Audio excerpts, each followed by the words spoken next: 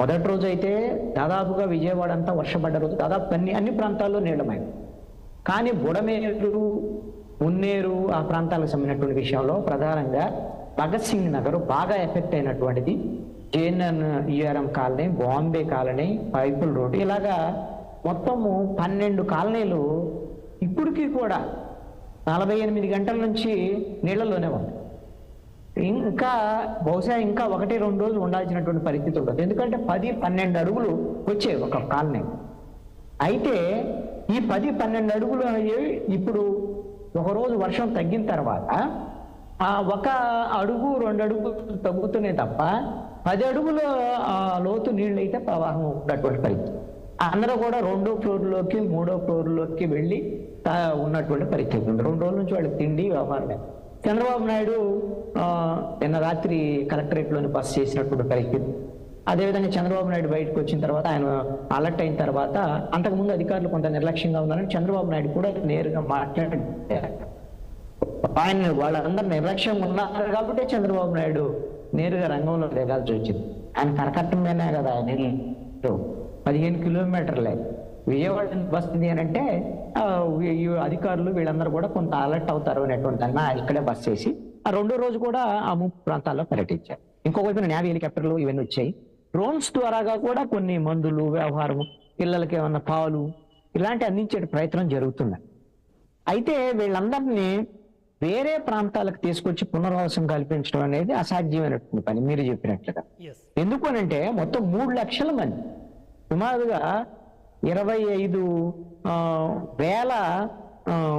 ఇళ్ళు కుటుంబాలకు సంబంధించినటువంటి ఇంకో 3 లక్షల మంది జనం, ఇంతమందిని రీప్లేస్ చేయడం అనేది సాధ్యమైపోయింది కదా. ఇప్పటికే 78-80 పునరావాస కేంద్రాలను ఏర్పాటు చేశారు. నాకు తెలిసి అక్షయపాత్ర కానీ మిగతా వాళ్ళందరూ ఆ సహకారంతో ఒక 3 లక్షల మందికి అయితే నేవీ హెలికాప్టర్స్ వీటి ద్వారాగా భోజనం కూడా అందించేటువంటి ప్రయత్నం అయితే జరుగుతుంది. ఎంతో కొంత ప్రయత్నమే జరుగుతుంది. అయితే సహాయక చర్యలు అనేటువంటిది ఇప్పుడు జరుగుతున్నటువంటి సహాయక చర్యలు నిన్నటి నుంచి బాగానే ఉంది.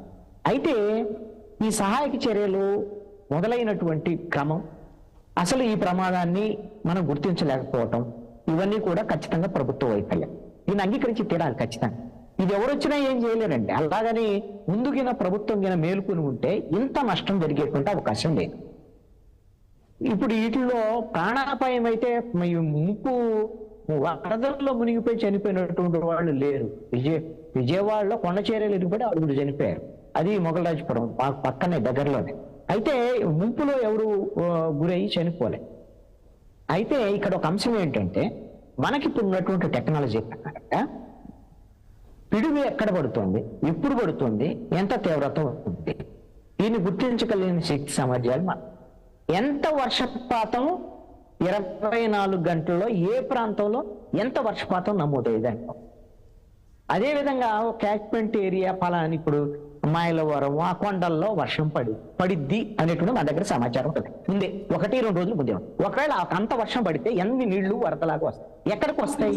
శాటిలైట్ పిక్చర్స్ ద్వారాగా మనం గూగుల్ GPS ద్వారాగా మనము ఏ ప్రాంతానికి వస్తాయి, అన్ని నీళ్లు వస్తే ఒకవేళ బుడమేరు పొంగి పొరులుతుందా లేదా, ఇవన్నీ అంచనా వేయగలిగినటువంటి టెక్నాలజీ మన దగ్గర ఉంది. చంద్రబాబు నాయుడు ముఖ్యమంత్రిగా టెక్నాలజీని ఎంత తొందరగా అందిపుచ్చుకుంటారని అందరికి తెలిసినటువంటి విషయం. ఈ విషయంలో ముందస్తుగా ఈ వర్షాలని తీవ్రతని, ఈ బుడమేరు అదేవిధంగా మున్నేరు పొంగిపొర్లేటువంటి అంశాలని అంచనా వేయటంలో ప్రభుత్వం వైఫల్యం చెందింది. 1 రోజు ఆలస్యం కూడా జరిగింది సహాయక చర్యలు. నిన్న సాయంత్రం అంటే 24 గంటల తర్వాత ఇంత తీవ్రత ఉన్నదే అనేటువంటి అంశం ఇక్కడ వైఫల్యం ఏదో ఉంది, పొరపాట్లు జరుగుతున్నాయి తెలిసిన తర్వాత చంద్రబాబు నాయుడు మిగతా ప్రోగ్రామ్స్ అన్ని కూడా క్యాన్సిల్ చేసుకొని ఇక్కడ ఎన్టీఆర్ జిల్లా విజయవాడ కలెక్టరేట్ లో వచ్చి కూర్చున్నటువంటి పరిస్థితి. ఇది మరి అధికారుల్లో వైఫల్యము వ్యవహారం అన్నిటికీ ఎవరు బాధ్యులు? ఖచ్చితంగా చంద్రబాబు నాయుడు, నో డౌట్. అయితే చంద్రబాబు నాయుడు పనితీరు బాగుంది, అద్భుతంగా కాదని ఎవరు అంటారు? ఆయన అద్భుతంగా పనిచేస్తున్నాడు. ఆయన 74 ఏళ్ళు 75 ఏళ్ళు NDRF బోట్లు తిరుగుతున్నాడు, ఒక JCBలు కూడా తిరుగుతున్నాడు. అసలు వరదల్లో కూడా అలా వెళ్ళి చేస్తున్నాడు, కాదని ఎవరైనా అనటం లేదు. చంద్రబాబు నాయుడు వెళ్ళి వరదల్లోకి వెళ్ళి అలో అని మీకేమి ఇబ్బంది లేదు నేను ఉన్నానని చెప్పటము, వరదలో ముంపు ప్రాంతంలోకి వెళ్ళటము, ఇవన్నిటికన్నా కూడా Chandrababu Naidu as a chief minister ఇలాగా జరగకుండా అంటే వరద రాకుండా చేయలేడండి. వరద రాకుండా ఎవరు ఆపలేరు. వరద వచ్చేటువంటి అంశాన్ని ముందుగా ముందు గుర్తించి సహాయక చర్యల విషయంలో కొంత జాగ్రత్తలు తీసుకొని ఉండి ఉంటే ఇంత తీవ్రమైనటువంటి నష్టం, ఇబ్బంది ఉండేటువంటిది కాదు అనేటువంటి విషయం అది చంద్రబాబు నాయుడు కూడా. ఇక్కడ ఒక అంశం ఏంటంటే రాగిడి లక్ష్మణరావు గారు మాట్లాడుతున్నారు. ఆయన మాట్లాడేటువంటి వ్యవహారం కానీ, వాళ్ళ వైఎస్ఆర్ కాంగ్రెస్ పార్టీ వ్యవహార శైలి కానీ, వరదలు అనే దాన్ని ఎవరు ఏం చేయలేరండి. వస్తాయి, దాన్ని ముందస్తుగా గుర్తిస్తే ఇంత ప్రమాదాన్ని తగ్గించుకునే దానికి అవకాశం. ముందస్తుగా గుర్తించలేదు, కొంత ఇబ్బంది ఉంది, కానీ అంత కొంత ప్రయత్నం జరుగుతుంది. ఇప్పుడిప్పుడుగా అసలు ఈ ప్రభుత్వం అసలు ఏం చేయట్లేదు, మొత్తం ఇది అయిపోయింది అంటే ఈ ప్రభుత్వాన్ని దించేద్దాం, మీకు వద్దు మనకని అనేటువంటి ధోరణి, ఆ వ్యవహార శైలి ఇది మంచిది కాదండి. ప్రతిపక్ష పార్టీగా ఆ విధమైనటువంటి విమర్శలు అనేటువంటి మంచిది. అదేవిధంగా అమరావతి కన్ను కరకట్ట కృష్ణానదికి మధ్య ఉండేటువంటి ప్రాంతానికి డిఫరెన్స్ తెలియనటువంటి వాళ్ళందరూ కూడా ఈ రోజున వైఎస్ఆర్ కాంగ్రెస్ పార్టీలో మాట్లాడు. అమరావతి రాజధాని ప్రాంతం అనేటువంటిది, నేను అక్కడ పుట్టి పెరిగినటువంటి వాడిని. 29 గ్రామాలు కొండవీటి వాగు నుంచి నీళ్లు గిన వస్తే, ఇప్పుడు బుడమేరు వస్తే ఎలాగైతే మొత్తం కాలనీలన్నీ మునిగిపోయాయో ఆ విధంగా కొండవీటి వాగు వస్తే అమరావతి ప్రాంతంలో 20 అడుగుల లోతు నీళ్లు, తాడి చేత అంత నీళ్లు వస్తాయండి. దాంట్లో ఎటువంటి డౌట్ ఏం లేదు. కానీ ఎప్పుడైతే అమరావతిని ఆ 29 గ్రామాలను రాజధాని అని నిర్ణయించిన తర్వాత కొండవీటి వాగు సంబంధించినటువంటి విషయంలో ప్రకాశం బ్యారేజీకి ఎగువన కొండవీటి వాగు సంబంధించినటువంటి లిఫ్ట్ ఇరిగేషన్ కట్టారో, ఆ లిఫ్ట్ ఇరిగేషన్ దేనికి? కొండవీటి వాగు నుంచి వచ్చేటువంటి మొత్తం నీళ్ళన్నీ కూడా కృష్ణానదిలో కలవాలి అని అంటే, కృష్ణానదిలో ఒక ఫ్లడ్ అప్పుడు ఆల్రెడీ ఉంటుంది, అది హైట్ లో ఉంటుంది. ఏదైతే కొండవీటి వాగు నుంచి వచ్చేటువంటి వాటర్ డౌన్ లో ఉంటాయి, అది వెళ్ళి కృష్ణానదిలో కలవటానికి కృష్ణానది యాక్సెప్ట్ చేయదు. కృష్ణానది ఇంకా నీళ్ళనేది వెనక్కి నెట్టేటువంటి అవకాశం ఉంటుంది. కాబట్టి అందుకని ఈ అంశాన్ని వరద ముంపుని ముందే గుర్తించినటువంటి చంద్రబాబు నాయుడు రాజధాని ఆ ప్రాంతంగా నిర్ణయించిన తర్వాత ప్రకాశం బ్యారేజీ దగ్గర కొండవీటి వాగు లిఫ్ట్ ఇరిగేషన్ కట్టడం జరిగింది.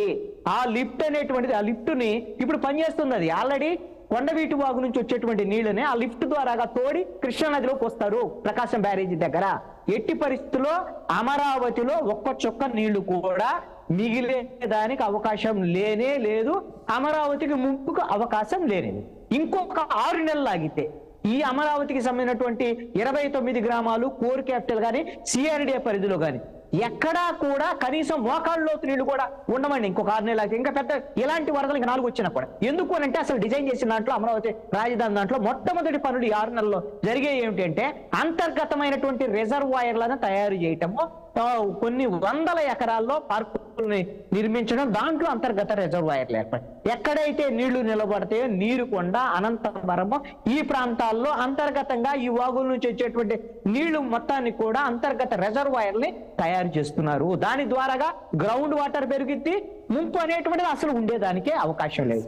అసలు ఇప్పుడు వైఎస్ఆర్ కాంగ్రెస్ పార్టీ వాళ్ళకి కావాల్సింది అమరావతి మునుగుతుంది.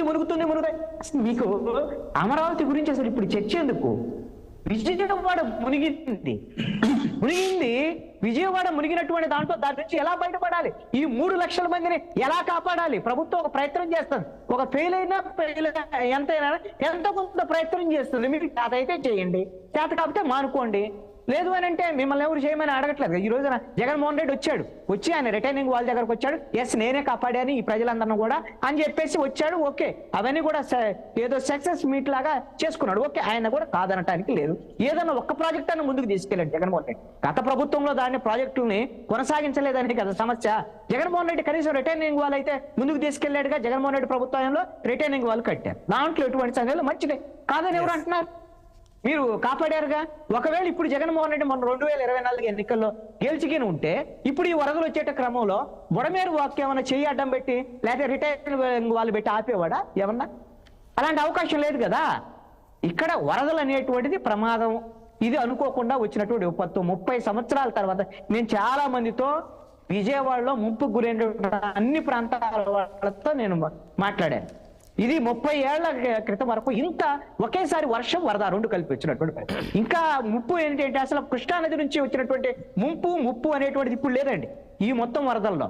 ఇదంతా కూడా బుడమేరు వాగు, మున్నేరు వాగు, ఈ వాగులకు సంబంధించింది. కృష్ణా నదికి సంబంధించినటువంటి ముప్పు ఈ రోజు నుంచి పొంచి ఉందండి. ఎందుకు అని అంటే కృష్ణానది బ్యారేజీ ప్రకాశం బ్యారేజీకి 11,10,000 క్యూసెక్కుల నీరు రావటం అనేది ఇప్పటి వరకు ఉన్నటువంటి రికార్డ్ అండి. ఇప్పుడు 12 లక్షల క్యూసెక్కుల నీరు వస్తాయి అనేటువంటిది ఒక అంచనా. ఇప్పుడు అంటే అన్ని క్యూసెక్కుల నీరు కింద వస్తే వాటిని కిందకు వదిలేటువంటి పరిస్థితి ఉంటే ఇప్పుడు రిటైనింగ్ వాళ్ళకి ఏమీ పెద్దగా లేదండి. అడుగు కూడా ఇది లేదు, గ్యాప్ లేదు. ఆ రిటైనింగ్ వాళ్ళు కూడా దాటి వాటర్ వచ్చేటువంటి పరిస్థితి ఉంది కృష్ణానదిలో. కింద ఎన్ని లంక గ్రామాలు మునుగుతాయి. అదేవిధంగా రేపల్లె వంటి ప్రాంతము, మిగతా లంక గ్రామాలు, రేపల్లె దగ్గర కృష్ణానదికి సంబంధించినటువంటి కరకట్ట తెగిపోయినటువంటి పరిస్థితులు, అక్కడ దాన్ని రిపేర్ చేసేటువంటి ప్రయత్నాల్లో ఉన్నారు. ఈ రాత్రి గడిస్తే కృష్ణానదికి సంబంధించినటువంటి ఫ్లడ్ విపరీతంగా పెరుగుతుంది. ఇది అంతా వెళ్ళి సముద్రంలో కలవటానికి అదే మీరు అన్నట్లుగా ఆటుకోట్లు సముద్రానికి ఉంటాయి. అది అయినా సరే ఇవన్నిటిలో ఎలాంటి వరద వచ్చినటువంటి సందర్భము ఈ రాత్రి గడిస్తే బహుశా కృష్ణానది నుంచి మనకు వచ్చేటువంటి పెద్ద ముప్పు నుంచి మనం బయటపడ్డట్టే, దాంట్లో ఎటువంటి సందేహం లేదు. ఇంకొకటి కూడా ఏమిటి అని అంటే బ్యారేజీకి సంబంధించినటువంటి విషయంలో గతంలో వైఎస్ఆర్ కాంగ్రెస్ పార్టీ ప్రభుత్వంలో కూడా ఇలాగ బ్యారేజీకి నీళ్లు వచ్చాయి. ఈ స్థాయిలో రాకపోవచ్చు కానీ వచ్చాయి. ఆ సమయంలో కూడా ఇలాంటి రాజకీయపరమైనటువంటి ఒక చర్చ జరిగిందండి. ఆ రోజున చంద్రబాబు నాయుడు ఇల్లు ముంచాలనేటువంటి ప్రయత్నం అనేటువంటి దాన్ని అప్పుడు తెలుగుదేశం వాళ్ళు వీళ్ళందరూ ఆరోపణ చేశారు. అప్పుడు వైసీపీ ప్రభుత్వం మీద ఒక పడవ వచ్చి కృష్ణా బ్యారేజీని ఢీకొని ఆ బ్యారేజీకి సంబంధించినటువంటి గేట్లు ఎత్తేస్తే నీళ్లు పోకుండా ఆ పడవ అడ్డుపడింది. అది కావాలనే వైఎస్ఆర్ కాంగ్రెస్ పార్టీ వాళ్ళు చేశారని, బ్యారేజీకి సంబంధించినటువంటి గేట్లు కూడా త్వరితగతిన ఎత్తలేదని. ఎందుకంటే ఆ కరకట్ట కింద ఉన్నటువంటి చంద్రబాబు నాయుడు ఇల్లు మునిగిపోవాలని కుట్ర జరిగింది అన్నట్టు. ఇప్పుడు వరద వచ్చినప్పుడు సహజంగా జరిగేటువంటి పని. ఇప్పుడు 4 బోట్లు వచ్చింది. బోట్లు కూడా కాదండి, లాంచీలు, పెద్ద పెద్ద లాంచీలు, జనాన్ని ఈ కృష్ణానదికి ఈ దరికి ఆ దరికి ప్రయాణం చేయించే లాంచీలో లంగర్లు ఊడిపోయి ఆ ప్రవాహాన్ని కొట్టుకొచ్చి ఇప్పుడు బ్యారేజీని ఢీకొన్నాయి. సరే, బ్యారేజీకి ప్రమాదం లేదు అనేటువంటిది నిపుణులు చెప్తున్నటువంటి మాట. ఇవన్నీ కూడా కుట్రలు కుతంత్రాలు ఎవరు కావాలని చెయ్యరండి. కానీ ఈ వరదలో బురద రాజకీయం చేయటం అనేటువంటిది మాత్రం ఎవరికి సమంజసమైనటువంటి పని.